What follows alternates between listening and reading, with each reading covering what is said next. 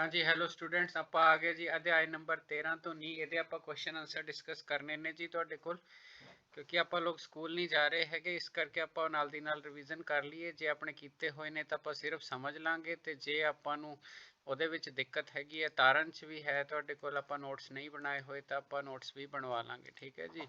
ਸੋ ਆਪਾਂ ਕਰਨਾ ਕੀ ਹੈ, ਆਪਾਂ ਕਿਤਾਬ ਖੋਲ ਕੇ ਬੈਠ ਜਾਣਾ ਹੈਗਾ ਤੇ ਕਿਤਾਬ 'ਚੋਂ ਟਿੱਕਾਂ ਮਾਰਨੀਆਂ ਨੇ ਪਹਿਲਾਂ ਤਾਂ। ਠੀਕ ਹੈ। ਸੋ ਪਹਿਲੇ ਨੰਬਰ ਤੇ ਕੀ ਹੈ, ਕਹਿੰਦਾ ਧੁਨੀ ਸੰਚਰਿਤ ਹੋ ਸਕਦੀ ਹੈ। ਠੀਕ ਹੈ ਜੀ, ਇਹਦਾ ਮਤਲਬ ਹੈ ਧੁਨੀ ਪਾਸ ਹੋ ਸਕਦੀ ਹੈ। ਕਿਹਦੇ ਚੋਂ ਪਾਸ ਹੋ ਸਕਦੀ ਹੈ? ਠੋਸ ਚੋਂ ਵੀ, द्रव ਚੋਂ ਵੀ, ਗੈਸ ਚੋਂ ਵੀ ਤੁਹਾਡੇ ਕੋਲ। ਠੀਕ ਹੈ ਜੀ। So very very important question ਹੈ ਜੀ ਤੁਹਾਡਾ। ਦੂਜਾ ਕੁਐਸਚਨ, ਹੇਠ ਲਿਖਿਆ ਵਿੱਚੋਂ ਕਿਸ ਵਾਕ ਦੀ ਧੁਨੀ ਦੀ ਆਵਰਤੀ ਘੱਟੋ ਘੱਟ ਹੋਣ ਦੀ ਸੰਭਾਵਨਾ ਹੈ? ਠੀਕ ਹੈ, ਆਦਮੀ ਦੀ ਜਿਹੜੀ ਹੈਗੀ ਆਵਰਤੀ ਬਹੁਤ ਘੱਟ ਹੋਣ ਦੀ ਸੰਭਾਵਨਾ ਹੁੰਦੀ ਹੈ, ਘੱਟੋ ਘੱਟ। ਠੀਕ ਹੈ ਜੀ। ਆਵਰਤੀ ਦੀ ਡੈਫੀਨੇਸ਼ਨ ਹੁਣੇ ਆਉਂਦੀ ਹੈਗੀ ਹੈ। ਠੀਕ ਹੈ।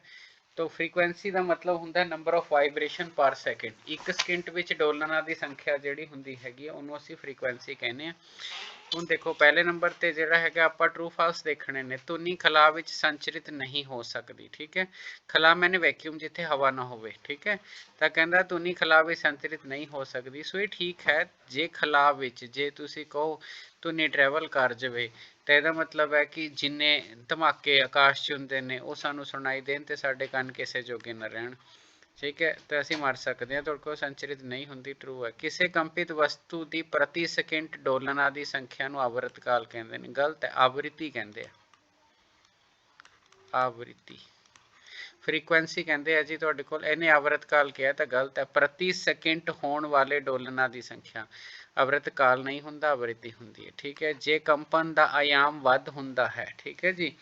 जे कंपन का आयाम वध हुंदा है तो उस केस दे विच तुहाडे कोल जिहड़ी हैगी है धुनी हौली हुंदी है। सो गलत है जी तुहाडे कोल ये। अगला वेरी वेरी इंपॉर्टेंट है, मनुखी कान लई सुनन योग सीमा 20 तो 20,000 हार्ट है। तो वेरी इंपॉर्टेंट है जी, 20 तो 20,000 हार्ट है। ठीक है। ये रेंज में असी सुन सकते हैं, इस तो ज़्यादा होवे तो साडे कान नहीं सुन सकते। कंपन की आवृत्ति जिन्नी घट होएगी पिंडी पिच उन्नी ज़्यादा होएगी। सो ये भी गलत है जी तुहाडे को। ठीक है जी। उस तो बाद अणचाही ते पैड़ी लगी वाली धुनी नूं संगीत कहते हैं। तो अणचाही जिहड़ी पैड़ी लगे, पैड़ा लगण वाला संगीत थोड़ी हुंदा, वो तो शोर हुंदा तुहाडे कोल। ठीक है। वो तो शोर हुंदा है। सो फाल्स हो जूगी जी ये भी। ठीक है। शोर प्रदूषण अधूरा बोलापन कह सकता है। अधूरा क्या, पूरा बोलापन भी पैदा कर सकता है। सो ये भी थोड़ी ट्रू हैगी है तुहाडे कोल। ठीक है जी। सो ये विचों दो चीज़ां वेरी वेरी इंपॉर्टेंट ने। जे आपां पेपर की गल करिए, आ बहुत इंपॉर्टेंट हैगा पहले वाला पार्ट। ठीक है। उस तो बाद सुनन योग सीमा बहुत ज़्यादा इंपॉर्टेंट क्वेश्चन है, तो अणचाही संगीत वाला। सो ये काफ़ी इंपॉर्टेंट हैगा। किसी वस्तु द्वारा एक डोलन पूरा करन लगे। ठीक है। एक डोलन मैंने एक वाइब्रेशन करने लिए समा लगता जोड़ा उन्होंने असी आवृत काल कहने हैं। ਧੁਨੀ ਦਾ ਉੱਚਾਪਣ ਕੰਪਨ ਦੇ ਆयाम ਤੇ निर्धारित किया जाता है। ठीक है जी। आवृत्ति ਦਾ मात्रक, ठीक है, जी फ्रीकुएंसी है वह हार्ट्स ਵਿੱਚ मेजर करते हैं। सो वैरी इंपॉर्टेंट है। अणचाही ਧੁਨੀ ਨੂੰ शोर कहते हैं। वैरी इंपॉर्टेंट है। ਧੁਨੀ ਦਾ ਤਿੱਖਾਪਣ ਕੰਪਨਾਂ ਦੀ आवृत्ति ਤੋਂ निर्धारित किया जाता है। ठीक है जी। ਉੱਚਾਪਣ आयाम ਤੇ ਹੁੰਦਾ ਹੈਗਾ ਇਹ ਤੁਹਾਡੇ ਕੋਲ। ठीक है जी। तो जोड़ा है आयाम ਨੂੰ एंपलीट्यूड बोलते हैं, तो आवृत्ति ਨੂੰ फ्रीकुएंसी बोलते हैं ਤੁਹਾਡੇ ਕੋਲ। ठीक है जी। सो ये तो सीधियां टिक लाने वालियां सीगियां, तुसी किताब सामने रखी हुई है तो तुसी ਜਿਹੜੀਆਂ ਹੈਗੀਆਂ टिक्का मार लिया। उस तो बाद की हैगा ਤੁਹਾਡੇ ਕੋਲ, तुसी एक चीज़ पढ़ी है भी नंबर ऑफ वाइब्रेशन पर सैकेंड आवृत्ति होंगी है। ठीक है। आवृत्ति ਜਿਹੜੀ हैगी है ਤੁਹਾਡੇ ਕੋਲ, ठीक है, मतलब एक सकिंट ਜਿਹੜਾ ਹੈਗਾ है ਤੁਹਾਡੇ पास ਵਿੱਚ ਡੋਲਨਾਂ ਦੀ संख्या। ਹੁਣ ਉਹ ਕਹਿੰਦਾ एक वेरी इंपॉर्टेंट क्वेश्चन है जी, एक पेंडुलम। ठीक है। पेंडुलम का मतलब एक रस्सी लै ली, वो चीज़ बन दी तो एवें एवें मूव कर रहा है। ठीक है जी। तो जोड़ा बॉब बनी हुई है तुहाडे कोल, तो एक पेंडुलम 4 सैकेंड में 4 बार डोलन करता है। इसकी आवृतकाल और आवृत्ति दसो। ठीक है जी। सो 40 सकिंट 4 सकिंट में 40 बार डोलन करता है, तो एक सकिंट में कितना होया, चौथा हिस्सा ही होगा वह, बटे 4 करता 10 हर्ट्स आ गया। इनू फ्रीकुएंसी कहते हैं। तो यदा मतलब जी थोड़ी आवृत्ति है, आवृत्ति तो जी हैगी एक सकिंट च आनी सी, वो तो 10 हर्ट्स आ गई। तो जे आवृत्ति नू उल्टा कर दो, टाइम पीरियड जोड़ा होंगे आवृत काल, वो 1 फ्रीकुएंसी होंगे फार्मूला। सो 1 फ्रीकुएंसी, फ्रीकुएंसी की वैल्यू कितनी आई है 10। सो इन्ना आ गया तुहाडे कोल, एक छड्ड के पॉइंट ला दूँ, 0.1 सैकेंड आ गया तुहाडे कोल। ठीक है जी। सो ये जोड़ा है तुहाडे कोल बिल्कुल सीधा सीधा हिसाब किताब है। ਬਈ 4 ਸੈਕਿੰਡ ਵਿੱਚ ਆਏ ਤਾਂ 1 ਸੈਕਿੰਡ ਵਿੱਚ ਤੁਹਾਡੇ ਪਾਸ ਕਿੰਨੀ ਹੋਏਗੀ। ਠੀਕ ਹੋ ਗਿਆ ਜੀ। ਅਗਲਾ ਕੁਐਸਚਨ ਫੇਰ ਬਿਲਕੁਲ ਉਸੇ ਤਰ੍ਹਾਂ ਹੈਗਾ। ਠੀਕ ਹੈ, ਇਹ ਇੱਕ ਮੱਛਰ ਆਪਣੇ ਖੰਭਾਂ ਨਾਲ 500 ਕੰਪਨ ਪ੍ਰਤੀ ਸਕਿੰਟ ਕਰਦਾ ਹੈ। 500 ਕੰਪਨ 1 ਸਕਿੰਟ 'ਚ, ਇਹਦਾ ਮਤਲਬ ਆ ਕਿੰਨੇ ਹਰਟਜ਼ ਹੋ ਗਈ ਜੀ, ਇਹਦੀ ਫਰੀਕੁਐਂਸੀ ਜਿਹੜੀ ਆ ਗਈ ਉਹ 500 ਹਰਟਜ਼ ਆ ਗਈ ਤੁਹਾਡੇ ਕੋਲ। ਠੀਕ ਹੈ ਜੀ। ਤੇ ਟਾਈਮ ਪੀਰੀਅਡ ਕਰਨਾ ਹੋਵੇ ਫਰੀਕੁਐਂਸੀ ਨੂੰ ਉਲਟਾ ਕਰ ਦਈਦਾ 1 ਬਟਾ ਫਰੀਕੁਐਂਸੀ। ਸੋ ਆਵਰਤੀ ਤਾਂ ਇਹਦੀ 500 ਹਰਟਜ਼ ਆ ਗਈ। ਆਵਰਤ ਕਾਲ 1 ਬਟਾ f ਲੈ ਲਿਆ, 1 ਬਟਾ 500 ਕੀਤਾ ਤਾਂ ਡਿਵਾਈਡ ਕਰਕੇ ਆ ਗਿਆ ਤੁਹਾਡੇ ਕੋਲ ਆ। ਸੋ ਜਿਸ ਬੱਚੇ ਨੂੰ ਡਿਵਾਈਡ ਨਹੀਂ ਕਰਨਾ ਆਉਂਦਾ, ਬਿਲਕੁਲ ਸੌਖੀ ਜੀ ਚੀਜ਼ ਦੇਖ ਲਓ, ਨੀਚੇ 1000 ਬਣਾ ਲਓ, ਉੱਪਰ ਨੀਚੇ 2 ਨਾਲ ਗੁਣਾ ਕਰਤੀ, 1000 ਬਣ ਗਿਆ। 1000 ਦਾ ਮਤਲਬ ਹੈ 3 ਛੱਡ ਕੇ ਪੁਆਇੰਟ ਲਾਉਣਾ, 1 ਛੱਡ ਕੇ, 2 ਛੱਡ ਕੇ, 3 ਛੱਡ ਕੇ। ਸੋ ਇਹ ਤੁਹਾਡਾ ਆਂਸਰ ਆ ਗਿਆ ਤੁਹਾਡੇ ਕੋਲ। ਇੱਦਾਂ ਕੈਲਕੂਲੇਸ਼ਨ ਹੋ ਜਾਂਦੀ ਹੈਗੀ ਹੈ ਤੁਹਾਡੇ ਕੋਲ। ਠੀਕ ਹੋ ਗਿਆ ਜੀ। ਸੋ ਈਜ਼ੀ ਹੈ ਜੀ, ਕੋਈ ਲੰਬੀ ਚੌੜੀ ਚੱਕਰ ਗੱਲਬਾਤ ਹੈ ਨਹੀਂ ਗੀ। ਹੇਠ ਦਿੱਤੇ ਸਾਜ਼ਾਂ ਵਿੱਚ ਉਸ ਭਾਗ ਨੂੰ ਪਛਾਣੋ ਜੋ ਧੁਨੀ ਪੈਦਾ ਕਰਦਾ ਹੈ। ਢੋਲ ਵਿੱਚ, ਠੀਕ ਹੈ, ਖਿੱਚੀ ਹੋਈ ਝਿੱਲੀ, ਢੋਲ ਤਾਂ ਸਭ ਨੇ ਦੇਖਿਆ। ਸਿਤਾਰ 'ਚ ਖਿੱਚੀ ਹੋਈ ਤਾਰ ਹੁੰਦੀ ਹੈ। ਬੰਸਰੀ 'ਚ ਏਅਰ ਕਾਲਮ ਹੁੰਦਾ। ਠੀਕ ਹੈ, ਹਵਾ ਦਾ ਕਾਲਮ ਹੁੰਦਾ ਬੰਸਰੀ ਦੇ ਵਿੱਚ। ਸੋ ਹਵਾ ਦਾ ਕਾਲਮ ਹੁੰਦਾ ਬੰਸਰੀ ਦੇ ਵਿੱਚ। ਠੀਕ ਹੈ ਜੀ। ਸੋ ਜਿਹੜਾ ਹੈਗਾ ਬਿਲਕੁਲ ਈਜ਼ੀ ਹੈ ਜੀ, ਕੋਈ ਏਡੀ ਲੰਬੀ ਚੌੜੀ ਗੱਲਬਾਤ ਹੈ ਨਹੀਂ ਕਿ ਤੁਹਾਡੇ ਕੋਲ। ਠੀਕ ਹੈ, ਸੋ ਅੱਗੇ ਚੱਲੀਏ।